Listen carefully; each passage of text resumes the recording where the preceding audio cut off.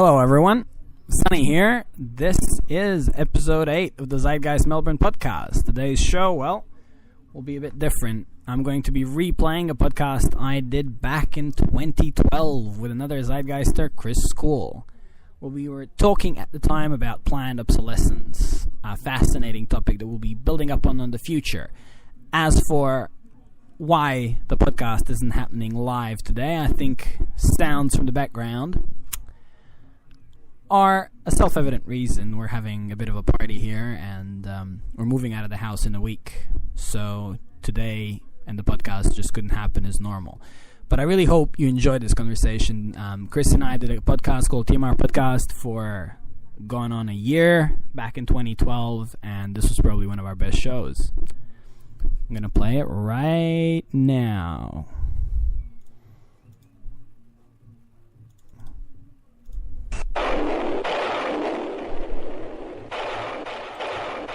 On top of Old Horror Hill, in a secret laboratory, Professor Weirdo and Count Kook were in their monstrous glory. 6 drops of the essence. Hi, welcome to TMR Podcast number 3, Planned Obsolescence, the Enemy of Business. TMR Podcast stands for Technology, Myths and Realities, brought to you by Zero Fluoride Water Filters, brought to you by Integrated Nature. You can pre-order them at integratednature.com, and as we sip this lovely filtered fluoride-free water scented by some mint leaves that grow in my garden, today our topic is going to be planned obsolescence in the product life cycle, and I would say that it's not a term that most people are familiar with. No, most people just accept it. Now, let's summarize what this is in the first, 30 seconds. You see, look around you, from the computers that you are perceiving us on, or the phones that are in your pockets, or whatever electronic devices, to the light bulbs on your ceiling. Everything that envelops your everyday life has a lifespan in mind. What I'm trying to say is, when I say a lifespan in mind, some 100 years ago, when we built stuff, we built it as good as humanly possible to last as long as humanly possible. Now stuff is literally built to fall apart, break down, and actually built to become obsolete. If you've noticed, the switches on your electronic devices are ever evolving and ever changing, so the new devices don't work with the old ones, and the connections. It's not only about the data transfer rate or the power connections. It is simply that we live in an environment where the perpetual consumption of goods, perpetual consumption of stuff, is prioritized over what that stuff actually brings to our lives. And the reason for that is because a company can then set its sights on reproducing the same product over and over again as it expires, as its life expires. So it works out really well for them, and they've come together to realize that there's certain ways they can do this. It's not just one way of putting let's an example, a printer that can print 18,000 sheets, and at 18,000 sheets it has a chip in it that says time to turn off. This product is now broken and needs to be repaired. The cost repairs to that printer could be 3 times more than what a new printer's worth. Yeah. But there's nothing wrong with the printer. It just... Right there under your feet, Chris, is my brother printer that I paid $50 for, and it cost me $50 to get a new cartridge every time. And I mean, it's only the fact that, I try to be as conscientious as I can that I don't grab a new printer. I don't know what I do with all these printers, but look, let's give the people out there something tangible as a starting point. A really simple invention where this scenario illustrates itself, and perhaps the historical starting point for planned obsolescence. And out of every device under the sun that had to fall victim to this, it's a humble little light bulb. The light bulbs were first developed, they're first commercialized by Thomas Edison, and that was way back in 1881.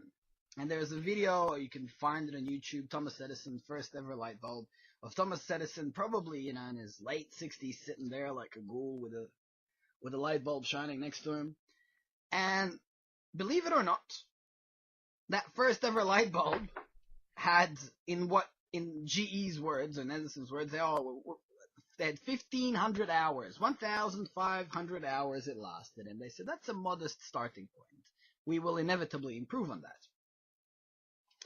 Within, I think, 5 or 6 years of that, the light bulbs are advertised at 2,500 hours. Yeah, but you can see from the point of view in business that you would sell your light bulb over Edison's by saying, I've perfected it to run 2,500 hours, therefore more value, lasts longer, you don't have to replace it. So that's called a race to the top. Also, when the first light bulb comes out, people are buying light bulbs because they don't have them. The market is huge; it's infinite. Oh yeah, but that problem of people already having a light bulb and needing to replace one hasn't come up yet. But if I'm going to pay $1 for a light globe and one's 1,000 hours and one's 2,500, I know which one I'm going to buy if they're both $1. So if I'm the opposition company and I can produce one at 2,500 hours, naturally I'm going to buy that one because I won't have to replace it. And brings us to our next, sort of historical landmark, and this is it happened in 1924. Now, there was this thing, and people called it the Phoebus Cartel, and then basically a number of companies that made light bulbs started meeting together in Geneva. You're not talking about a cartel, are you, Sonny? Because we know they don't exist. Well, actually, Chris, this one is a documented case. Starting to sound like conspiracy theory. People will turn off, Sonny. Well, rich, powerful people sometimes... Do they actually meet? Yeah. And discuss prices? Not like the oil companies. Believe it or not, Chris. I'm nearly ready to walk out. Yeah. I had to shock.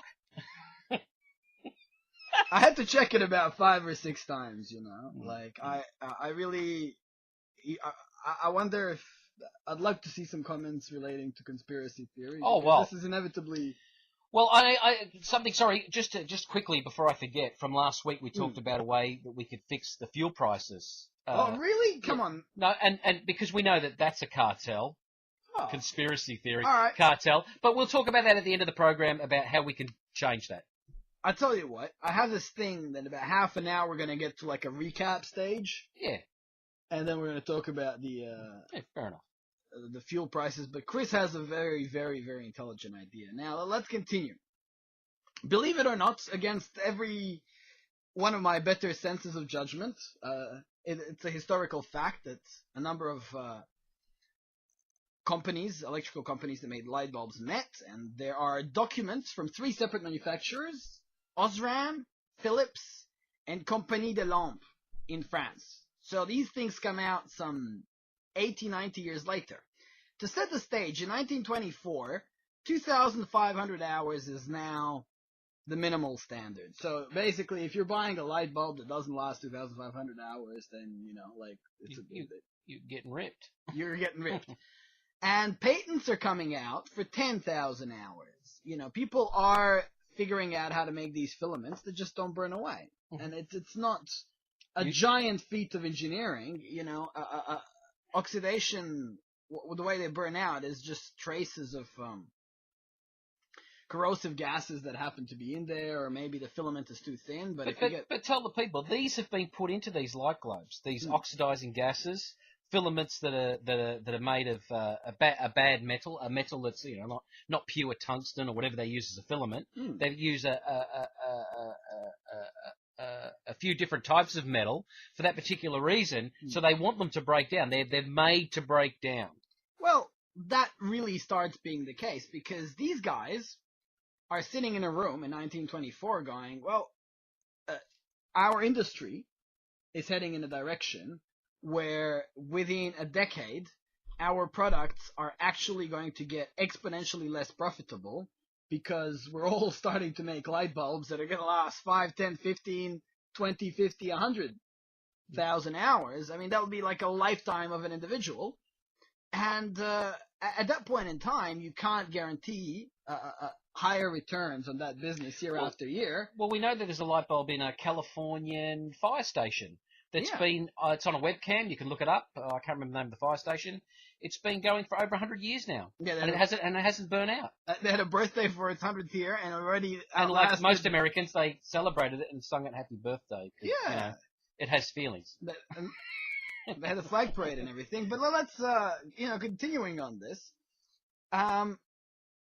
They literally, not only did they collude together, they actually, the boards of these companies agreed to enforce fines and penalties I read this. on companies that whose average life exceeded 1350, like 1,350 hours. Now, And what they used to do is they used to test them, so that the main board, this Phobius group, would test the light globes from Australia, from Osram, from all these different companies, and if they were producing more than 1,000 hours, they would be fined accordingly. Now, just picture that. This is a model on which much of your society does function and will function. Something like this. It's like a tip of the iceberg. Most of it is underwater. It's sometimes, on rare occasion, 100 years after the event, that some documents swim up and they make you realize that powerful business groups that are supposedly competing against each other act to assure their mutual self-interest. Of course. And even when they split up, the huge Rockefeller Standard Oil empire into more than 10 companies, I think it took only 15 years for there to be, the Seven Sisters cartel, for that to be consolidated onto 7, who CEOs sat in the same room and devised how to make the market. Look, we don't even want to go back to the way the price of petrol is set, because we know they get together and they ring around and they set their prices. It's it's like the LIBOR rate, but we don't talk about that. Yeah, we're about 10 minutes in, guys. So at about 35-40 minutes, Chris is gonna let you in on his genius method of democratizing, shall we say, the fuel prices. Oh, we'll sort them out. But, and so now we've got perhaps the first documented example, and there's another really good one, which was stockings. Oh, yeah. So the good this comes straight out of end of the World War II. Japan come out with nylon. I mean, you could get a pair of stockings in the first prototypes of this nylon stocking. You could tie 3 of them together and tow a Jeep down a road. Actually, they have recorded videos. You can find them. We watched this documentary called Pyramids of Waste, alternatively titled The Light Bulb Conspiracy. Yes, and I'll tell you something right now. YouTube has dropped it, and it's very hard to find it on the internet because it breaches copyright, believe it or not. But you'll find it on Top Documentary Films, even though it keeps getting dropped from YouTube and channels. Top Documentary Films is always going to have a TDF. It's always going to have a copy. But literally, they make these stockings. You could tow a Jeep, and they wouldn't ladder. They wouldn't break, stretch, or ladder in the middle. Basically, women buy a pair of stockings, and that's it. Decades later, they would actually have to get stabbed to tear through them or something. I think they were better than Kevlar. I think you could take a bullet in them. Well, they were made for the army. Let's not exaggerate here, but yeah, that was strong. They didn't break. Yeah, women's stockings that simply didn't break. And so they had to go back. They had to go back to the chemist and say, you need to make these things more fragile. And you've got to wonder. I mean, even as an engineer, I've never actually been in a situation where I got set down and told, you need to make this product crappier. You need to make this thing fall apart. Or you won't have a job, Sonny. Or you won't have a job. But I'll tell you what I did experience. And time and time again. This is where you've worked in the past. In the company where we designed pumps. And let's not name names. Well, let's not name names. I might get sued. They make you sign all these confidentiality agreements. That's like right. I didn't even read the agreements, to be honest, and I'm a bit embarrassed about that. But basically, every time that we would release a new product out there, so there is a market. And we have initially a target price that we're going to sell our product for. Work towards. Now, when our product exceeded our expectation, when we actually built something that was awesome, it's not that we got told, no, guys, go and fuck it up a little bit. Essentially what happened is that price that we were initially targeting just tripled. So when we had products that lasted a really long time, that had really low maintenance, that were really robust, they would be priced exceedingly highly. And it wouldn't be because the company is greedy. It'd be kind of to compensate for the fact that we're not going to make a lot of money on spare parts. Mm-hmm. It's where you make money. And spare parts was one of the most lucrative parts of the business. I mean, we are in a sales department. We probably had 70 people working in sales, and 12 of them were working in spare parts. I think one of the highest paid people in the company was the spare parts manager. Well, a perfect example, Sonny, and if we go back to this pump thing that you were building, you're building pumps. If you tried to build that pump from spare parts, right? So you ordered each individual part and you built it at home, what would that pump cost, Sonny? It would probably cost like 10 times. Yeah. It would be 10 times plus what the initial pump would cost. Yeah. Because the reason is that's how they make their money. They make their money out of those spare parts. And that's right across the industry. That's in the automotive industry. That's in my industry. And I'm in the mechanical services industry. Chris, you told me a story the other day. It was about bearings and air conditioners. Oh, well, very, very simple. A lot of companies that manufacture air conditioners and mechanical pumps and stuff like that, they get what's called a bearing made by, say, a big bearing company called like SKF, right? They're multinationals. They make thousands of bearings, right? So they'll make a bearing, and then I'll be working on this piece of equipment, and I'll pull this bearing off. And I'll go, well, I need a new bearing because it's burnt out. So instead of going to the manufacturer, right, because sometimes these manufacturers are out of business, so you can't really go there. They don't have spare parts. So I've got to go to the bearing company, and I see SKF, and then I go to the place. I say, I need another replacement of this bearing. And the guy looks at it, gets the numbers off it, and goes, no, I can't sell you one of them. Why not? Well, because we don't have them. I said, what do you mean you don't have them? There it is. It's been made. He goes, well, we call that like a ghost bearing. I said, well, what does that mean? And he says, well, it's in the book. It shows that this bearing was made by SKF. It does exist, but we aren't allowed to sell it. It was made exclusively for the company who manufactured the unit. So it's one size out. So no other bearing will fit it. Yeah. So you have to firstly, like, you make the maintenance of your part that you've engineered purposefully harder and more expensive because you're not using standard components. Well, and secondly, right? It's done on purpose. Yeah. But here's the clincher.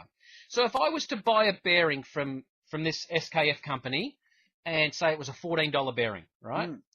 If I went to go to the manufacturer to buy the same bearing, but obviously it's one size bigger or smaller, that bearing is 8 times dearer if I buy it from the manufacturer because they have what's called a licensing agreement where SKF can't sell it through their general stores. It must only be bought through the supplier who manufactured the unit. You're essentially, as a producer of a product, you're unnecessarily complicating it, making it harder to repair, purely to set yourself up for future profit with spare parts. You could make it from standard parts. Now, Chris, if we drag it out, I have a 3D printer over there that's open source. And the idea, I mean, we're going to talk about open source technologies probably in the next podcast or in the one after the next. But the idea behind open source technologies is you make stuff out of standard components. In effect, if you bought it part by part, if you excluded the shipping costs, it would cost you less than you paid for a finished open source product, not 10 times more. And just to add to the example that you gave us about the bearings and air conditioners, my company, we sold 2 types of pumps. One had no moving parts and a titanium component, and the other had a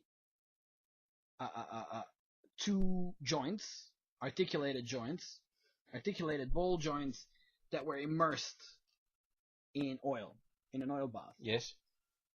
Now, they both did the same job. One was slightly longer than the other.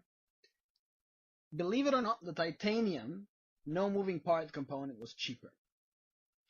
And cheaper for us, the company, we sold it for 4 or 5 times more money. Mm-hmm. Because if you have a product that will not break down, you have no spare parts business, and then you gotta, price it out of the range of most consumers and push that the thing that breaks down to most of your customers. Here you go. You'll be back. We know. See you later. We can see this in the automotive industry. Like the automotive industry makes billions of dollars, right? Like, let's talk about Ford and GM, right? These companies make billions of dollars in their spare parts, right? Not on the, I mean, okay, they build a car and they sell it, they make a buck on it. They make more money out of spare parts, and it goes back to the pump thing.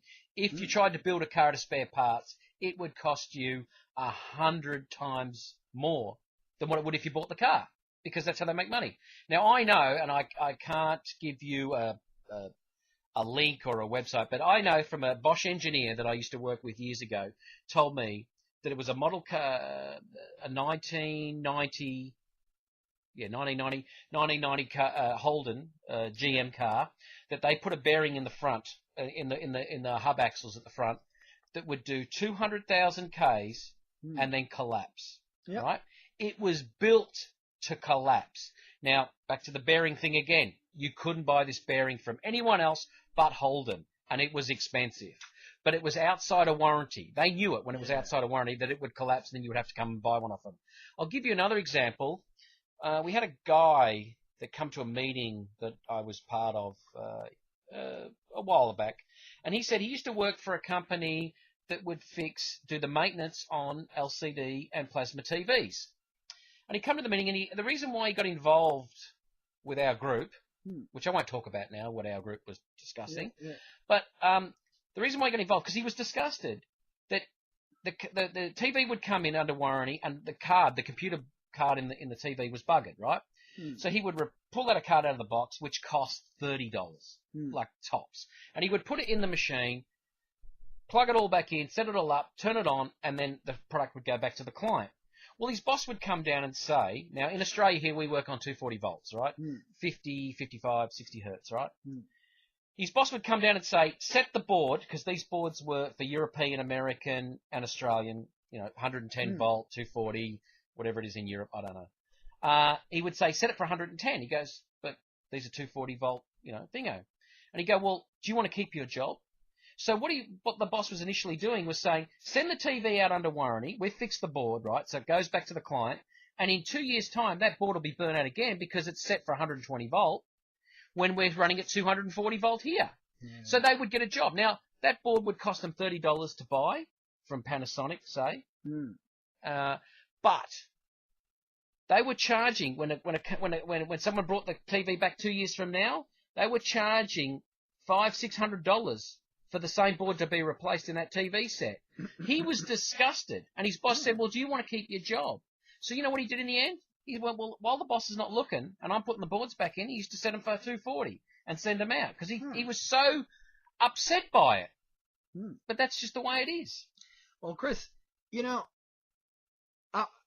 we've given the audience probably now 5, 6, 7 examples out of this, some purely historical, well documented, others in our personal lives. Yeah. Now, if we're going to look back and find the cause, for this, where does this idea of let's build stuff to break down, where does it come from? Well, it's simple. It's greed, and it's greed. It has a historical, crunch point, and it all revolves around 5 years before the Depression till after the Second World War, and at that point there is a complete transition. Well, we went from needs. Yes, from needs to wants, but also from quality to insubstantial style and total disposability of goods. And here it is. There's different types of obsolescence, isn't there? Yeah. Well, let me cover this sort of. I actually have. We've talked about the mechanical breakdown of obsolescence, but there are other obsolescence. And we can talk about computer software. We can also talk about style and trends. Something becomes old, it's not so trendy, so you want the new one with the new upgrades and the new shiny case, and like a new car. Oh, you got last year's car. Well, not this year's car. The new car's better, it's shinier. Status through style. A lot of it has got to do.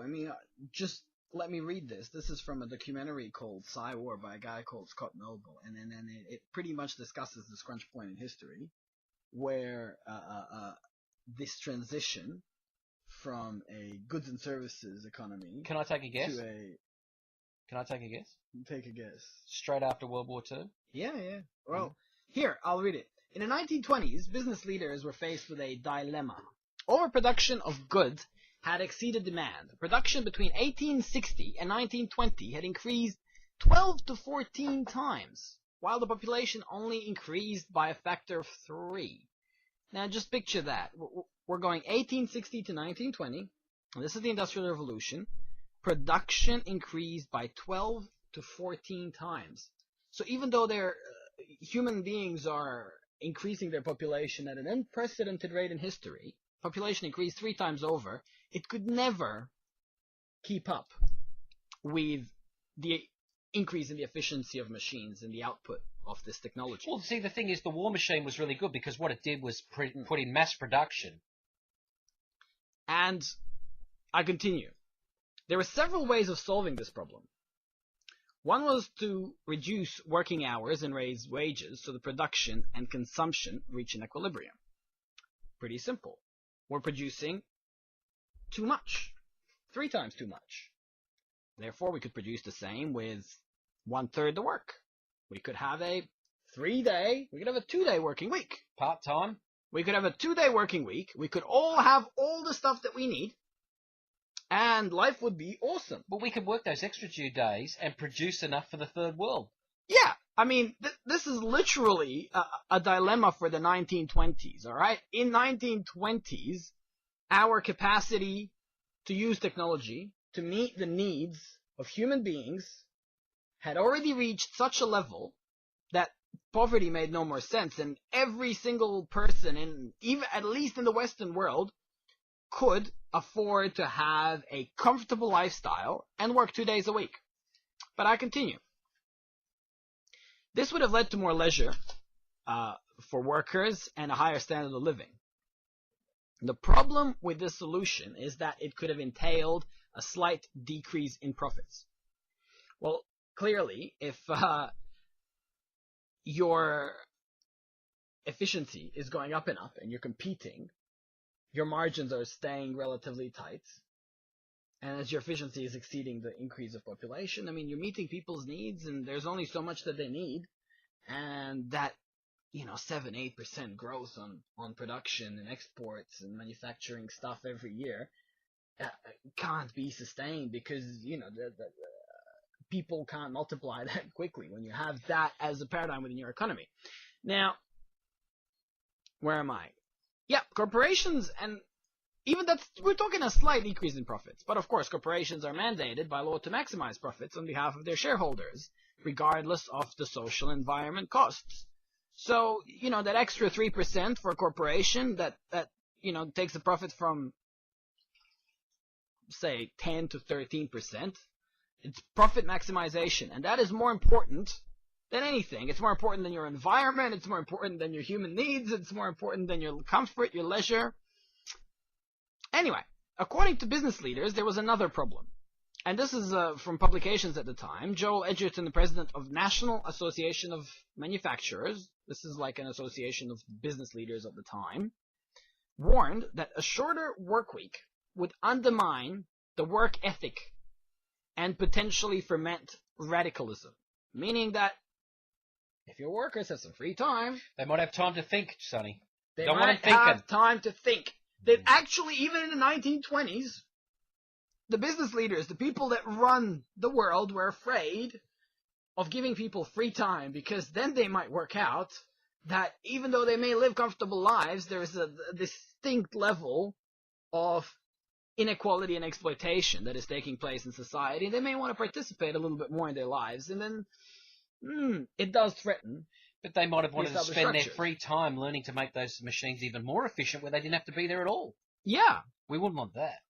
So, I think it's not necessarily that it's a very threatening idea, but if you are in a control of a system that is functioning, and you have exceedingly high levels of power, introducing a variable like having your workers have a lot of free time to perhaps change their lives and start thinking a little bit more, is not it's an unnecessary risk. It may put that maximization of profit in danger, and it's not a risk they're willing to take. Well, they understood back then in the 20s. See, a lot of people would be fascinated that we're talking about the 1920s here, right? And they're already talking about debt slaves back then. Yeah. And look, and he finishes off by saying the emphasis should be put on work. More work, better work, and no emphasis on the leisure. It seems a harmless enough statement, but what businessmen were advocating was revolutionary. Production was no longer about satisfying human needs. It would be the end in and of itself. Now, at the same time, this isn't in my notes, but this is a crunch time in like human history. This is where all the propagandists from World War II, from World War I firstly, and then from World War II, we're talking Edward Bernays, Ivy Lee, Robert Lippmann. Yeah, the psychologists. Yeah, the people that have applied the theories of manipulation, mass manipulation. Mass manipulation through psychology. The two great psychologists that there was Jung and the main guy Freud before him, and Edward Bernays was a nephew of Sigmund Freud. So you get these war propagandists who are now called into these business meetings, and they're probably looking for their work. And the war's over. Gotta go find a job. And they're told, listen, we're producing way too much stuff. You need to go out there and convince these people to buy, 4 times the amount of stuff that they're buying right now. And so the manufacturers have an incentive at that point in time. All right, we need to make stuff that breaks down. We need to make these, I don't care, like these mugs that we got right here. These things, since we can't build them to fall apart, we need to make sure that you guys can make them uncool in a year from now. Yeah, they're just so old and untrending. They're just so old, and that's so not the in thing. So this is the birth of advertising, of manipulation to make you feel insecure and unsatisfied with yourself, with your life, and to make you look for solutions and enlightenment in products. Well, it's also status in society. I have a new car. I have new glasses that we drink from. See, I don't have last year or the year before's car and old glasses. It's a new kind of status because, back then, status used to be, and, this is sort of my parents' generation. That's why they felt so important for me to go to university and do like one of those highly respectable degrees like engineering, law, or medicine. Status used to be, this guy's really smart. He's kind of qualified and he does amazing stuff. But now status has become like, yeah, that guy's got like a kilo of gold and he's riding around with a Hummer whose wheels like spin and... Oh yeah, status, they spin when the car stands still. Yeah, like status has become this meaningless thing of accruing trinkets. And, I mean, this type of mental disease, I would say like the elites in Britain, not that I've had a lot of social interaction, I have had some, I dare say, that they still have some of those, I would say, positive old values. But the elites in the United States, I mean, you got billionaires competing for who has more mentions and more private planes and better private planes. I mean, it doesn't end. Like, even... We get that in society today, though. When you have, let's say you're 22, 23 years old, you've got nothing, you just have a job, you earn a basic wage, yet you will go out and buy a pair of sunglasses because they have a name brand on them that are probably 3 or 4 weeks' wages, and you're not buying it for quality. You're buying it for status. Yeah. Or you're buying a Gucci bag, and you say, no, that's a real Gucci. I bought a real Gucci because you're trying to bring yourself up to this, I'm as important as the guy who could buy 3 Gucci, or the woman who could buy 3 Gucci bags and not think anything of it because she's loaded with money. So I'm bringing the way I see it, it's a mental illness. That's the way I see it. Look, and I'll be I'll put my hand up and I'll say that right in the cupboard over there, I got 3 pairs of $300 jeans, and I don't know. At some point in time, you either buy into this idea that you're becoming better or cooler or more impressive, by adorning yourself with products whose value you've paid 100 times over for. That they're maybe not 100, but 50. They probably cost someone $7-8 to make in a third world country. Mm-hmm. But secondly, even if you don't buy into it, you're still surrounded. I mean, like, it will, as sick as it is, it will actually help you get laid if you're wearing $300 jeans.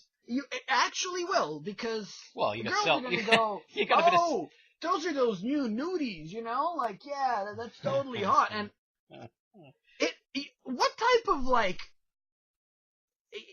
the society has become so backward where people are actually impressed by your stupid decision, like by your completely nonsensical decision to pay 50 times the value of an item, and your smugness of the fact that you did.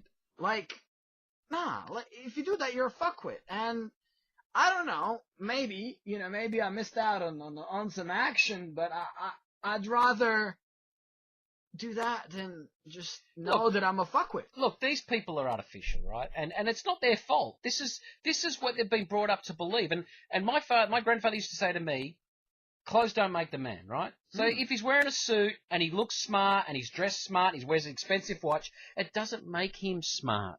It doesn't make him intelligent.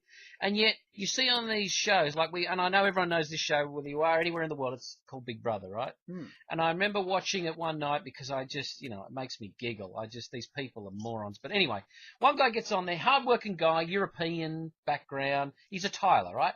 Works his ass off, 40, 60, 80 hours a week, right?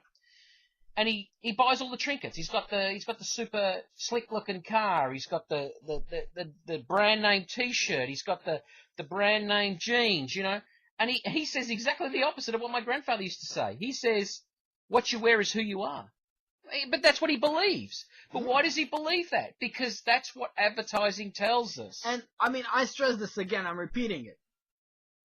It is so endemic that even, like, billionaires buy into it. Of course they do. You have people who have 5 mentions feeling insecure about their wealth because the next guy's got bigger mentions and his private plane is actually supersonic. Well, see, this is where we are today. We're up on the 80th floor, right, of Sonny's apartment here, right? I'm on the 100th, right? So I'm doing a lot better than Sonny. This wood grain 70s style, it's retro. We've retrofitted out this yuppie apartment. Yep. But no. On a serious note, I think is there anything we missed? I have some stuff in my notes that, for example, the inbuilt obsolescence. Well, I think a lot of people. I think the other thing too is not just getting. This might be a little bit off track. But I think there's a lot of people out there that believe, right, that having money, right, acquiring wealth is going to bring some sort of happiness through buying trinkets. But if that was true, then these millionaires should be laughing their head off because, they've got all the money in the world and they should be super, super happy, but they're never happy. Yeah. You know why? Because they're always trying to outdo one another, or they're trying to outdo, the next guy down the road, or you got the old Learjet, I got the new one, I got the new model, and that's the old American theme. It's freedom and happiness through unlimited consumption. I mean, it's a joke. It's a joke, and it's a sick joke that gets perpetuated every day on the TV. And isn't it? I mean, this podcast is about technologies, myths, and realities, and isn't it just amazing how embedded technology is in our society? It's kind of like a canvas, and beautiful, amazing ideas that can change the world, feed everybody, and bring every hippie dream true can be painted on that canvas, and so can the most subversive, manipulative things you can imagine. But And we've talked about...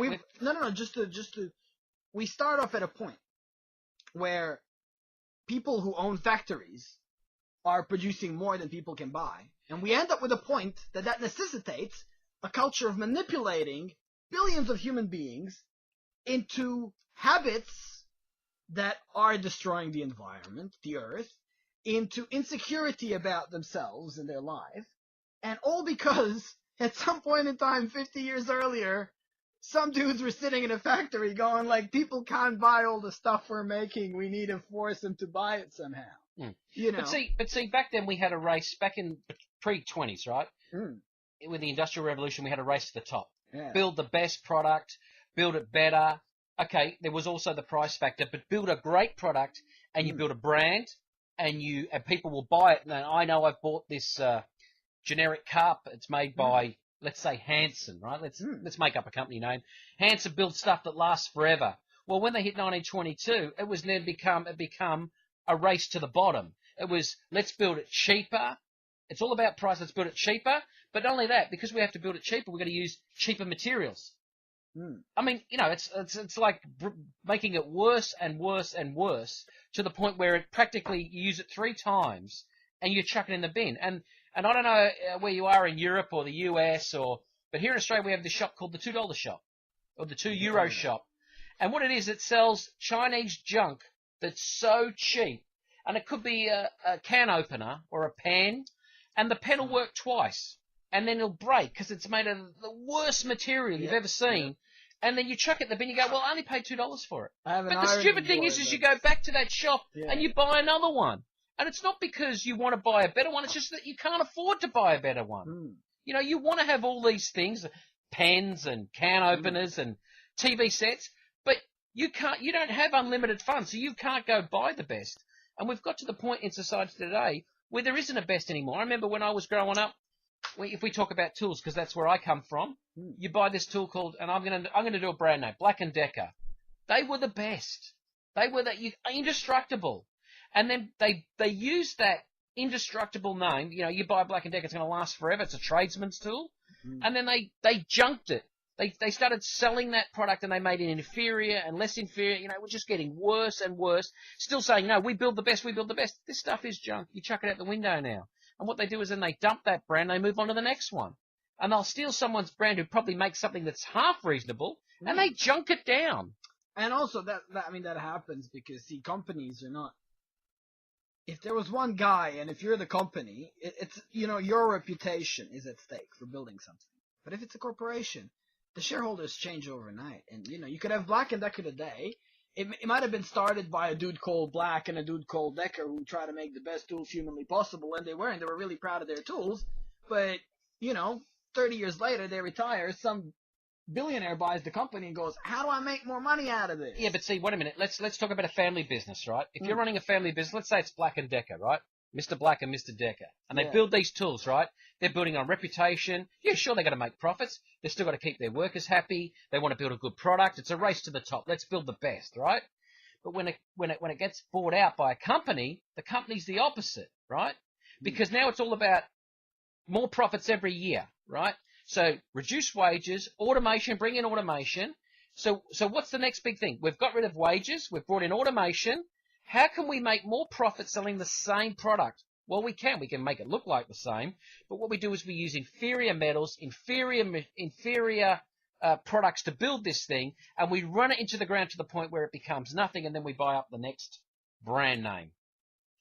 And there's always, you know, in a scale of a market, there's always a curve of highest quality to lowest quality. And at any point in time, there's somebody who has a good tradition who's basically cashing in on it and making shit. They're practically all gone now. All those companies that used to build quality products, they're all gone. They don't exist anymore. You can't even say, look, I'm prepared to pay 5 times more for that product if I know it will last me, if I can hand that product over to my son and it'll still work as good as the day I bought it. It doesn't exist anymore. It's gone. It's so far gone, it's not funny. And this come about, you can actually, there was a movie brought out called Death of a Salesman. Black and white, I think it's 50s, could be a little bit earlier. I read the book. I don't know if it's John Steinbeck, but I've read the book. and it's about this guy who's essentially I think struggling. he's a door-to-door, isn't he? Yeah, he's a door-to-door, and he's struggling with Selling a product that he doesn't like. He doesn't even. Yeah, and he's basically making ends meet with credit, and he's buying things on credit, and he's always complaining about they time these things. Like every time by the time you finish paying for it, it falls apart, so you have to buy the new one. Well, he was right. He was right back then. It was right. You're right. It was right back then, and it wasn't an obvious thing. Now, let me just mention one more thing that is a consequence of this consumer, that is a consequence of planned obsolescence. Planned obsolescence, if you have not heard that word, is also called product life cycle. Now, life cycle will just sound so much nicer than planned obsolescence, but that's what they actually teach in many universities, especially in design schools. They teach to engineers? To engineers. You will be asked to make products that break down, and this is how you do it. We'll help you design products that are disposable, that break down, that are into some fashionable things that are going to go out of fashion. But what is the product of all this? It is mountains of waste, mountains of e-waste. We're talking something like America makes 15 million tons of e-waste a year, most of which are shipped to China and Africa, where people rummage through it and burn it up to dig for components. Now, this is all made out of petrochemicals, fire retardants. So it is doing a little bit of poisoning to us, the first world users, through leaching just a little bit, and a whole lot to the Chinese and Africans that are actually having to burn it off to grab the copper out of it, to salvage through it, and go through, the lead, the mercury, the whatever unhealthy trace metals. But wouldn't it be good? Wouldn't it be good if we built a product, right, that lasted 20 years? Let's say a computer, right? Okay, it wasn't as fast and it didn't keep up, but it lasted 20 years. And then we go, all right, we're in a first world country, we can afford to buy a new one every couple of years, right? Then we could take that product, because we know it's durable, and we could send it to a place like Africa, where it could be used, like there's a guy around the corner from me, he buys typewriters. He buys old typewriters. Now you think, who the hell wants a typewriter? He buys the ones that plug into power and the ones that don't plug into power. He delivers it to a third world country, and they use it today to do work with it, because these typewriters were built to last, number one, especially the old mechanical ones that didn't plug in, and half these third world countries don't have electricity. So he makes, even though they're junk in our society, over in there, they make $1 selling them. But we could talk about, there's exceptions to the rule of what we've just been talking about. And, well, alright, you can mention that, because I have one more point to raise, and this is kind of like the finite planet versus the infinite growth. And first of all, we're having this society that says, you must, profit motive is there. Consume. The role of a corporation is to maximize profit. See, it's not just to make money. It is to maximize profit. It is to make all the humanly possible decisions that lead to higher margins and ever more money. So it's not like, do good in the community, don't create waste. No.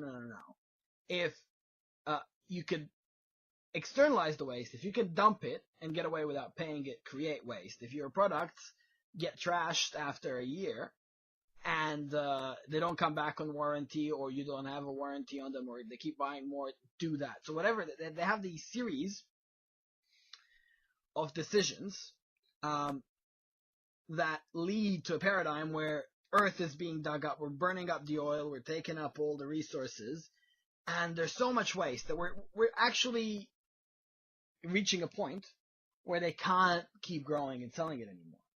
And this is a fact.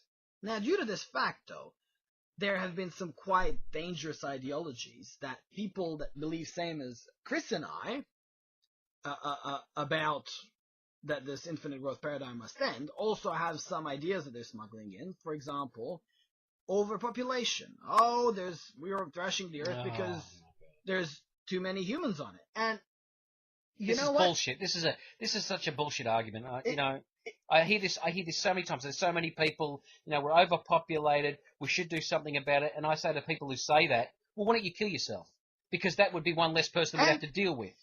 And you just look at we have We're the only species on planet Earth who could go to a desert and turn the freaking thing green, you know?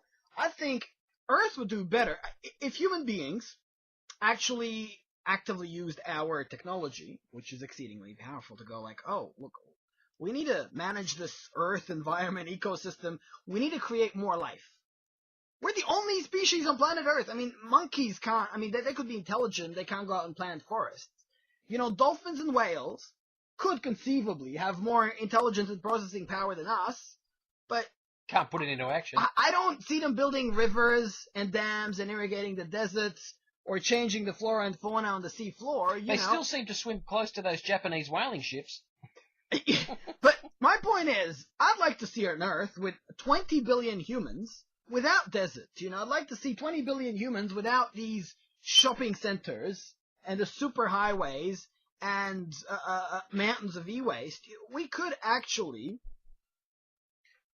integrate our life in a way that we're literally living within vegetation. Of course we can. We're living on solar power, on energy that doesn't involve us burning toxic petrochemicals. Well, we can build batteries today that that can produce power for 5-10 years and then be chucked straight into landfill and actually break down and become a fertilizer for the ground. Graphene batteries. And Chris and I, watch this space. We're going to try to create a capacitor out of graphite oxide and a CD that you put in a CD player. You supposedly produce graphene, and graphene has a capacity to act as a capacitor. Capacitor is like a battery, but much quicker charge and discharge. So the first idea I covered is, yes, we can't have infinite growth on a finite planet. But no, the Earth is not overpopulated. That is an argument of the same people that brought to you eugenics, that brought to you racism, that brought to you slavery. That is a fallacious argument. The second argument is sustainable development, headed by the UN, also known as Agenda 21. If you haven't heard of Agenda 21, I really suggest you look it up. But it is this... No, keep going.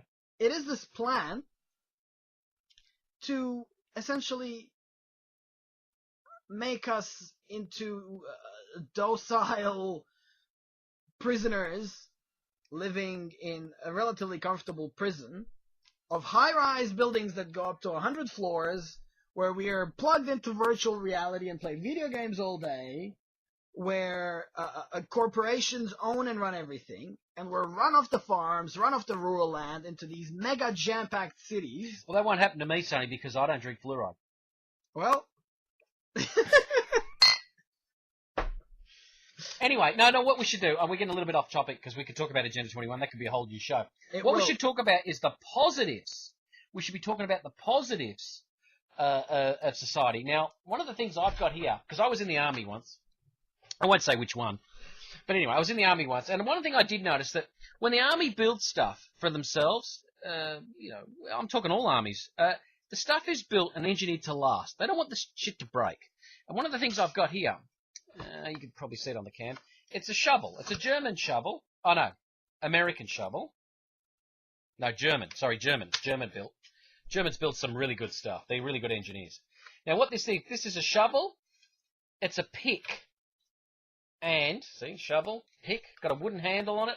Very basic engineering. But my God, it's some heavy piece of equipment. As far as, not as in weight, as in heavily engineered. The bolts are, it's riveted, it's steel, it's got a big brass nut in it. Hasn't rusted out. Now, look, this seems like there it is. It seems like a silly shovel, but I will give you an example from my personal life. But we have, in this house where I live, we have a backyard with lots of, veggie patches and stuff growing, and we're trying to build a pool, but we've gone through so much equipment that we've returned and gotten new stuff on warranties, particularly stuff that digs the earth. Forks, completely bent out of shape, falling apart, that we've returned. Shovels that have cracked. Hand shovels, metal hand shovels that have cracked. Plastic shovels that have cracked. Essentially, It is virtually impossible, and we've moved from the cheap brands to the more expensive brands. But No, there's no difference.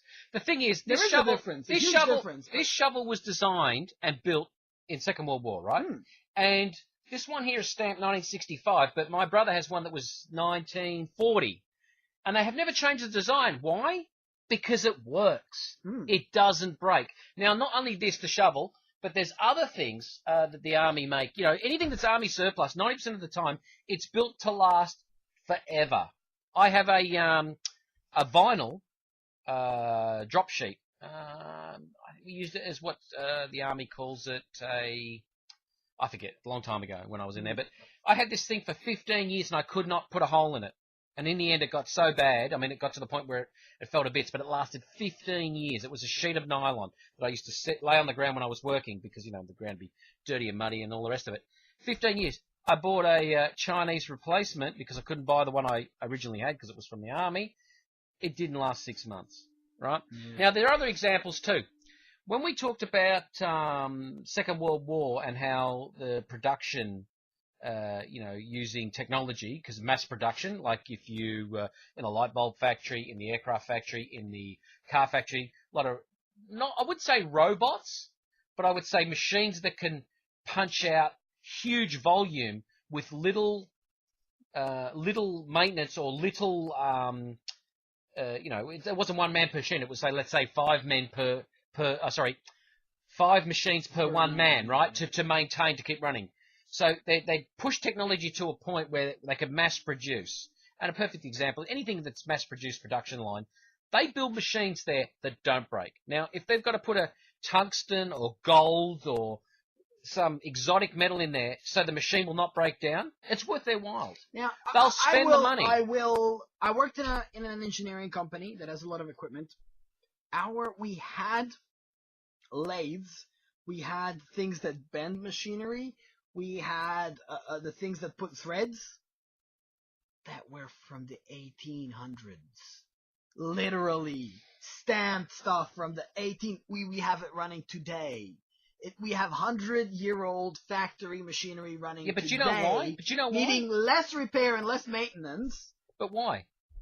Because it was made to last. And the thing is, what they do now is they speed those machines up. They make them run faster, and they do have some issues with that because they're making them run them 10 times faster than what they were in the 1800s. Through technology, they can do that, computerization. But you'll find out, if you go to a lot of machinery shops, they're running presses from pre-World War One. Why? Because they're built to last. And we've also, one of the other things that if a company like the companies that run diesel locomotives around the planet, like in America and Europe, after steam, they built these diesel engines, right? Now, they're 18-cylinder diesel electrics. These engines can do hundreds and thousands of hours, 60 years' work, right? They pull the top of the motor off when the train practically rusts around the engine. They pull the engine out. They pull the heads off. They check them. They do a couple of adjustments, a bit of cleaning. They put the things back together. Another 60 years. They use the best rings. They use the best pistons. They use the best bearings. They're built. The engineers in the day were told, when these things sit on the track and they break down, they cost us a lot of money. So they've got to be built to last forever with minimal maintenance. And they're around today. I mean, we're still using diesel electric trains that were built in the 40s today. The same motors. We just pull the motor out and we give it a touch up, clean up, and then we check it, make sure it's all good again, and we just put it straight back into a new locomotive. Why? Because they run forever. And, I think it's time to do a bit of a recap on the show. And it's as soon as we've done that, we're going to go into the petrol idea. Gas. But just as Chris said, why are we doing this podcast? Why is there a podcast about technologies, myths, and realities? Because we've had enough! Reiterating, technology is this canvas that different parties have a capacity to generate incredible stuff. We're angry. No, Chris. We're angry. Picture this. Just your awareness that the cars that you're driving in could last 5 times longer, that the factories that you see around you could be used and directed in a way that such an abundance of goods is generated. And this goes from food production through to your televisions, that even in 1920s, a 2-day working week was just the realistic norm. You know, like, well, are we going to do this, or are we going to force them to buy more stuff? Now, if you know this, then you may make some decisions in your life that you choose to buy as much stuff from companies that believe in open sourcing their materials. Chris's product, the zero fluoride filter, is totally in line with that ideology, and he's made it 100% recyclable.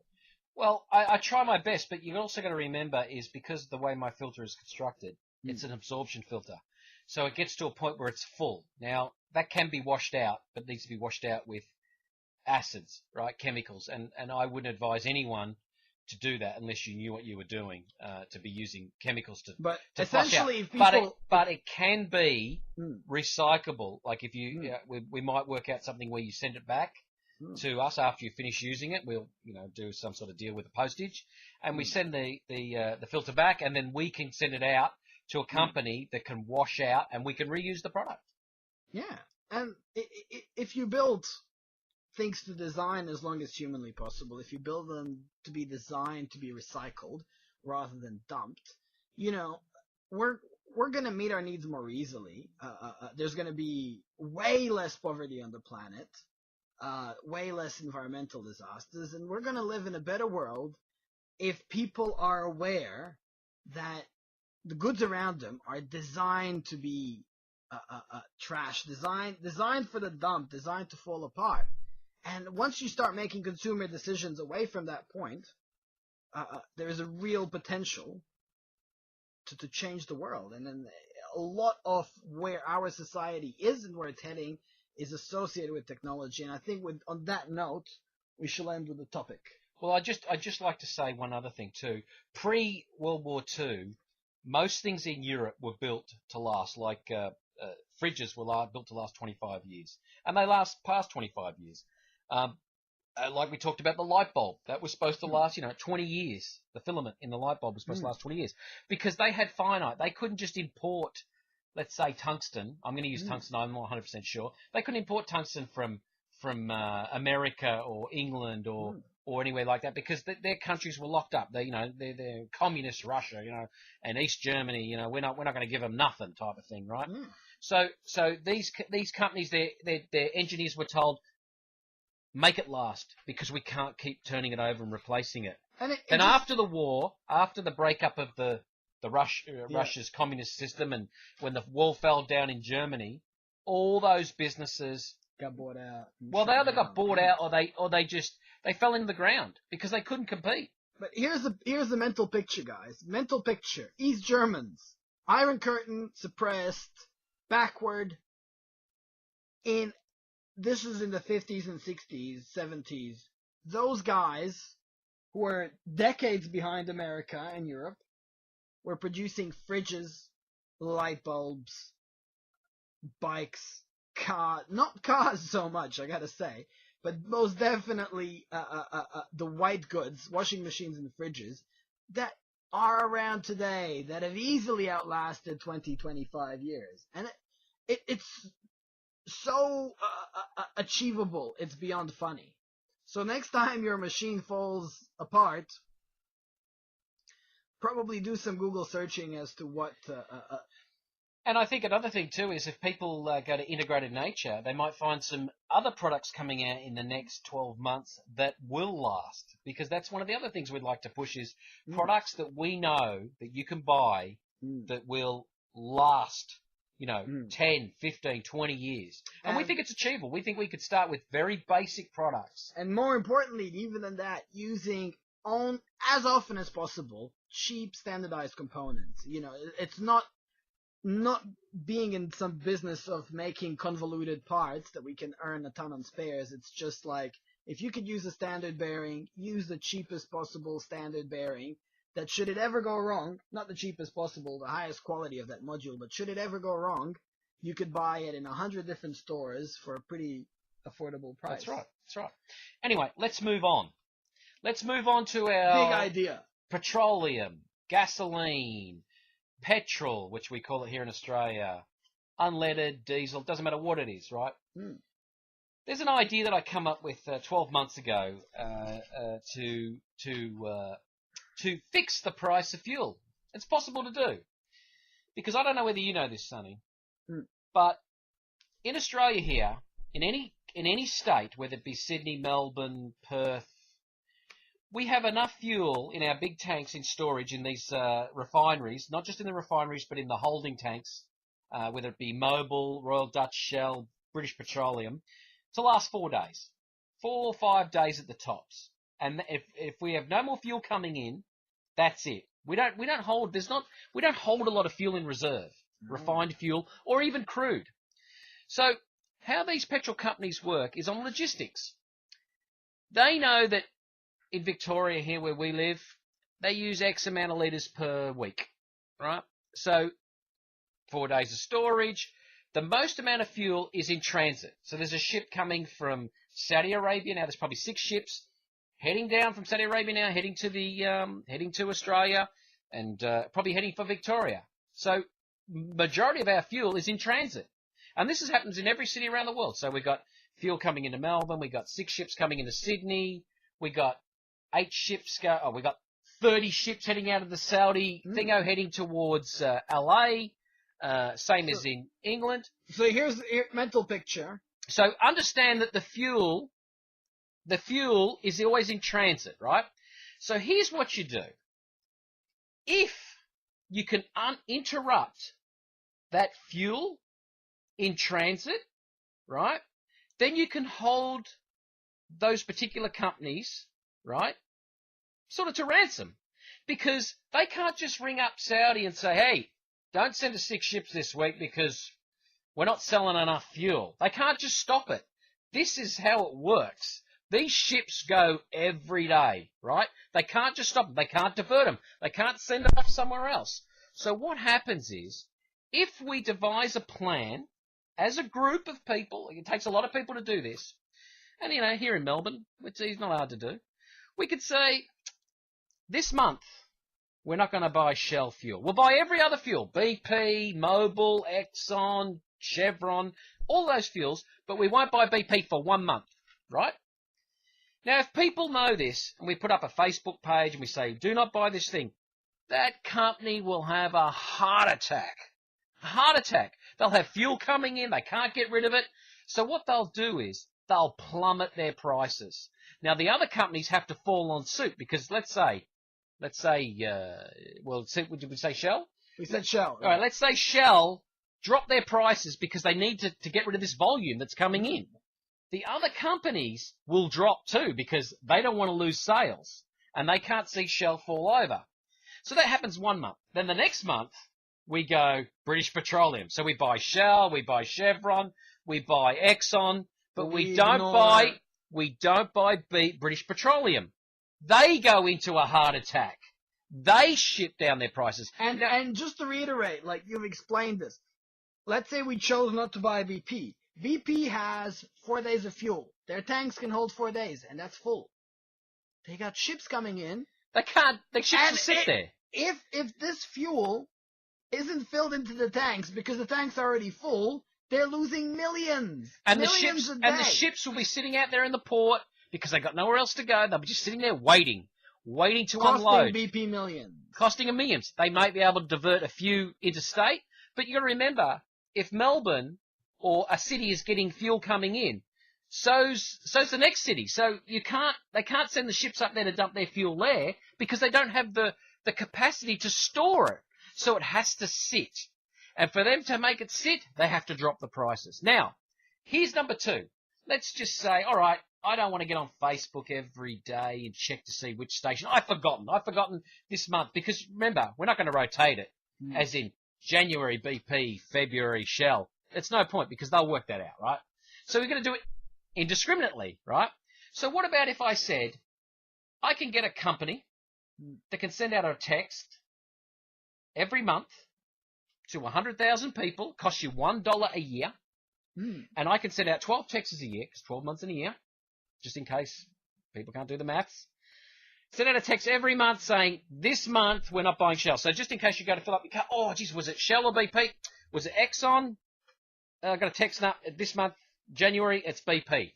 We could send out a text for $1 a year. We could send out 12 texts so you would know which one not to buy. And I'll tell you right now, the fuel would go under $1 a litre in this country. I can tell you, overnight.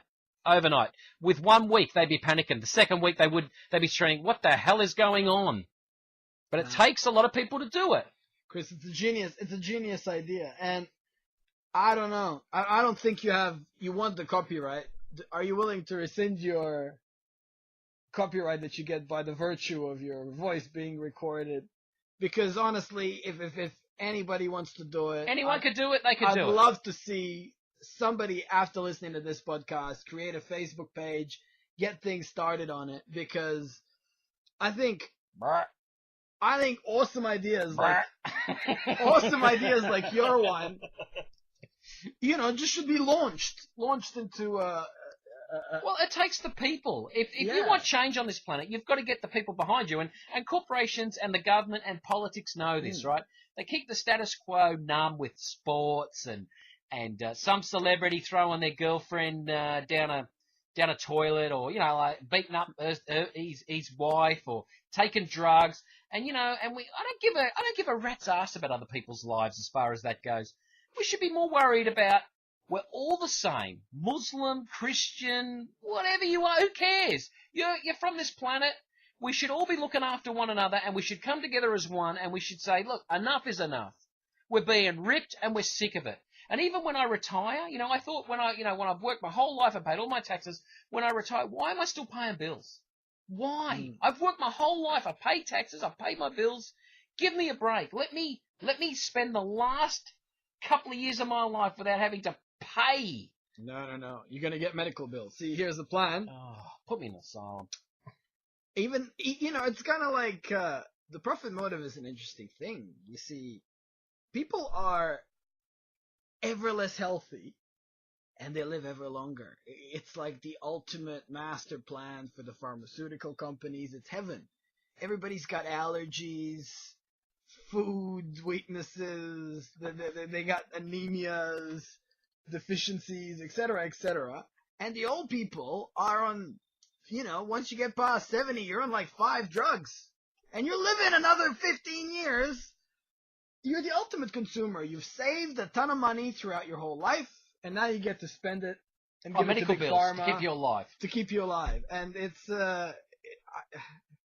it's disgusting. Really, we should be lowering.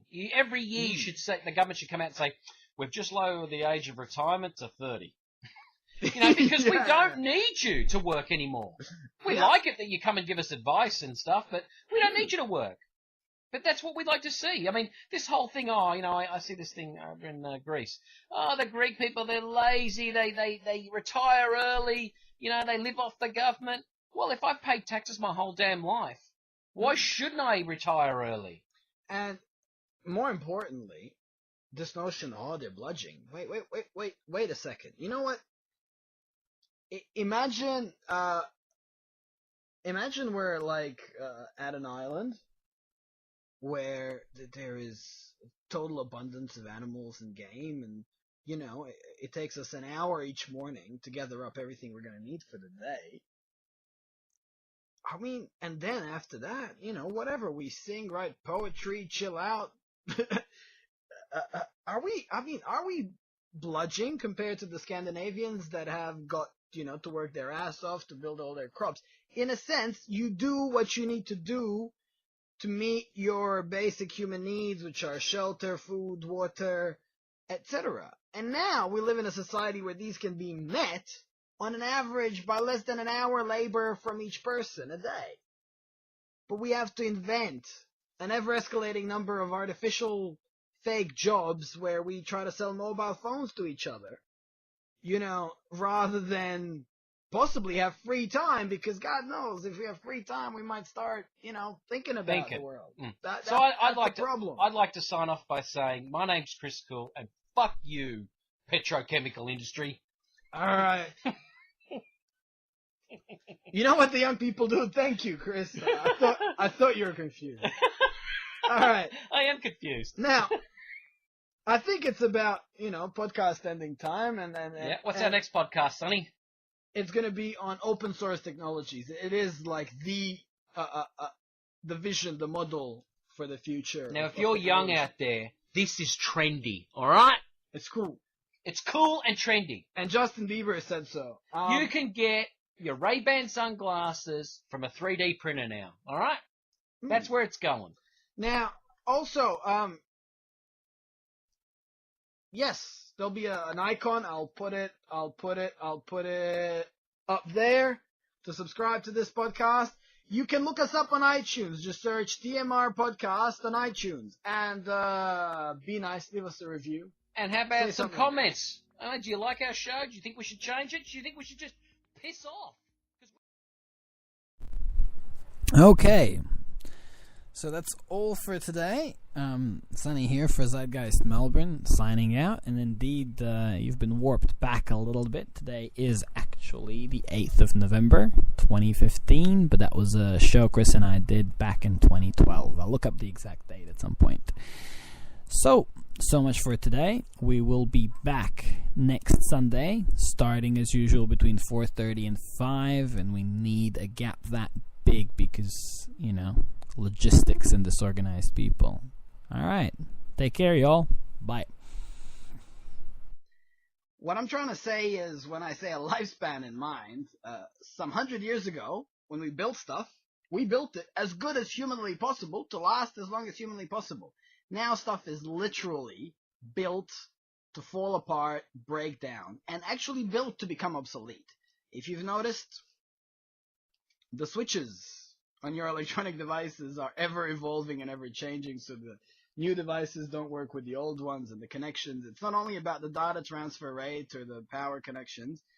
It is simply that we live in an environment where the perpetual consumption of goods, perpetual consumption of stuff, is prioritized over what that stuff actually brings to our lives. And the reason for that is because a company can then set its sights on reproducing the same product over and over again as it expires, as its life expires. So it works out really well for them, and they've come together to realize that there's certain ways they can do this. It's not just one way of putting let's an example, a printer that can print 18,000 sheets, and at 18,000 sheets it has a chip in it that says time to turn off. This product is now broken and needs to be repaired. The cost repairs to that printer could be 3 times more than what a new printer's worth. Yeah. But there's nothing wrong with the printer. It just... Right there under your feet, Chris, is my brother printer that I paid $50 for, and it cost me $50 to get a new cartridge every time. And I mean, it's only the fact that, I try to be as conscientious as I can that I don't grab a new printer. I don't know what I do with all these printers, but look, let's give the people out there something tangible as a starting point. A really simple invention where this scenario illustrates itself, and perhaps the historical starting point for planned obsolescence. And out of every device under the sun that had to fall victim to this, it's a humble little light bulb. The light bulbs were first developed, they're first commercialized by Thomas Edison, and that was way back in 1881. And there's a video, you can find it on YouTube, Thomas Edison, first ever light bulb of Thomas Edison, probably in his late 60s, sitting there like a ghoul with a light bulb shining next to him. And believe it or not, that first ever light bulb had, in GE's words and Edison's words, they had 1,500 hours, 1,500 hours it lasted. And they said, that's a modest starting point. We will inevitably improve on that. Within, I think, 5 or 6 years of that, the light bulbs are advertised at 2,500 hours. Yeah, but you can see from the point of view in business that would be you would sell your light bulb over Edison's by saying I've perfected it to run 2,500 hours, therefore more value, lasts longer, you don't have to replace it. So that's called a race to the top. Also, when the first light bulb comes out, people are buying light bulbs because they don't have them. The market is huge; it's infinite. Oh yeah, but that problem of people already having a light bulb and needing to replace one hasn't come up yet. But if I'm going to pay $1 for a light bulb and one's 1,000 hours and one's 2,500, I know which one I'm going to buy if they're both $1. So if I'm the opposition company and I can produce one at 2,500 hours, naturally I'm going to buy that one because I won't have to replace it. And brings us to our next, sort of historical landmark, and this is it happened in 1924. Now, there was this thing, and people called it the Phoebus Cartel, and then basically a number of companies that made light bulbs started meeting together in Geneva. You're not talking about a cartel, are you, Sonny? Because we know they don't exist. Well, actually, Chris, this one is a documented case. Starting to sound like conspiracy theory. People will turn off, Sonny. Well, rich, powerful people sometimes... Do they actually meet? Yeah. And discuss prices? Not like the oil companies. Believe it or not, Chris. I'm nearly ready to walk out. Yeah. I had to shock. I had to check it about 5 or 6 times, Like, I really... I wonder if... I'd like to see some comments relating to conspiracy. Hello, everyone. Sonny here. This is episode 8 of the Zeitgeist Melbourne podcast. Today's show, will be a bit different. I'm going to be replaying a podcast I did back in 2012 with another Zeitgeister, Chris School, where we were talking at the time about planned obsolescence, a fascinating topic that we'll be building up on in the future. As for why the podcast isn't happening live today, I think sounds from the background are a self-evident reason. We're having a bit of a party here, and we're moving out of the house in a week. So today and the podcast just couldn't happen as normal. But I really hope you enjoyed this conversation. Chris and I did a podcast called TMR Podcast for going on a year back in 2012, and this was probably one of our best shows. I'm going to play it right now.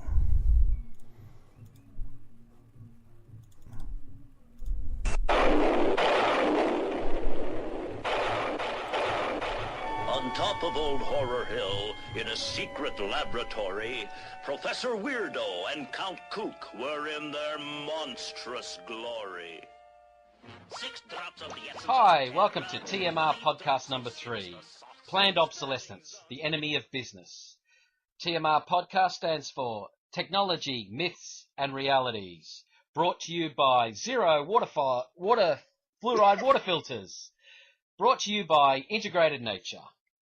You can pre-order them at integratednature.com, and as we sip this lovely filtered fluoride-free water, scented by some mint leaves that grow in my garden.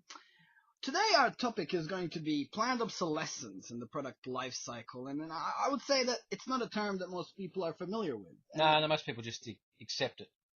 Now, let's summarize what this is in the first, 30 seconds. You see, look around you, from the computers that you are perceiving us on, or the phones that are in your pockets, or whatever electronic devices, to the light bulbs on your ceiling. Everything that envelops your everyday life has a lifespan in mind. Theory, oh, well. This is inevitably...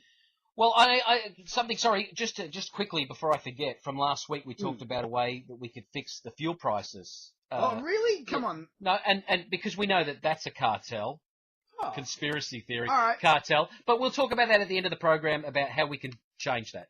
I tell you what, I have this thing that about half an hour we're going to get to like a recap stage. Yeah. And then we're going to talk about yeah, fair enough. The fuel prices. But Chris has a very, very, very intelligent idea. Now, let's continue. Believe it or not, against every one of my better senses of judgment, it's a historical fact that a number of companies, electrical companies that made light bulbs met, and there are documents from 3 separate manufacturers, Osram, Philips, and Compagnie de Lampe in France. So these things come out some 80, 90 years later. To set the stage, in 1924, 2,500 hours is now the minimal standard. So basically, if you're buying a light bulb that doesn't last 2,500 hours, then, You're getting ripped. you're getting ripped. And patents are coming out for 10,000 hours. People are figuring out how to make these filaments that just don't burn away. And it's not a giant feat of engineering. Oxidation, the way they burn out is just traces of corrosive gases that happen to be in there, or maybe the filament is too thin. But tell the people, these have been put into these light globes, these oxidizing gases, filaments that are made of a bad metal, a metal that's not pure tungsten or whatever they use as a filament. They use a few different types of metal for that particular reason. So they want them to break down. They're made to break down. Well, that really starts being the case because these guys are sitting in a room in 1924 going, well, our industry is heading in a direction where within a decade, our products are actually going to get exponentially less profitable because we're all starting to make light bulbs that are going to last 5, 10, 15, 20, 50, 100,000 hours. I mean, that would be like a lifetime of an individual. And at that point in time, you can't guarantee higher returns on that business year after year. Well, we know that there's a light bulb in a Californian fire station that's been, it's on a webcam, you can look it up. I can't remember the name of the fire station. It's been going for over 100 years now. Yeah, and it hasn't burnt out. They had a birthday for its 100th year and already and like most Americans, they celebrated it and sung it happy birthday. Yeah. It has feelings. They had a flag parade and everything. But let's, continuing on this. They literally, not only did they collude together, they actually, the boards of these companies agreed to enforce fines and penalties. I read this. On companies that whose average life exceeded 1,350, like 1,350 hours. Now, and what they used to do is they used to test them. So that the main board, this Phobius group, would test the light globes from Australia, from Osram, from all these different companies, and if they were producing more than 1,000 hours, they would be fined accordingly. Now just picture that. This is a model on which much of your society does function and will function. Something like this. It's like a tip of the iceberg. Most of it is underwater. It's sometimes, on rare occasion, 100 years after the event, that some documents swim up and they make you realize that powerful business groups that are supposedly competing against each other act to assure their mutual self-interest. Of course. And even when they split up, the huge Rockefeller Standard Oil empire into more than 10 companies, I think it took only 15 years for there to be, the Seven Sisters cartel, for that to be consolidated onto 7, who CEOs sat in the same room and devised how to make the market. Look, we don't even want to go back to the way the price of petrol is set, because we know they get together and they ring around and they set their prices. It's it's like the LIBOR rate, but we don't talk about that. Yeah, we're about 10 minutes in, guys. So at about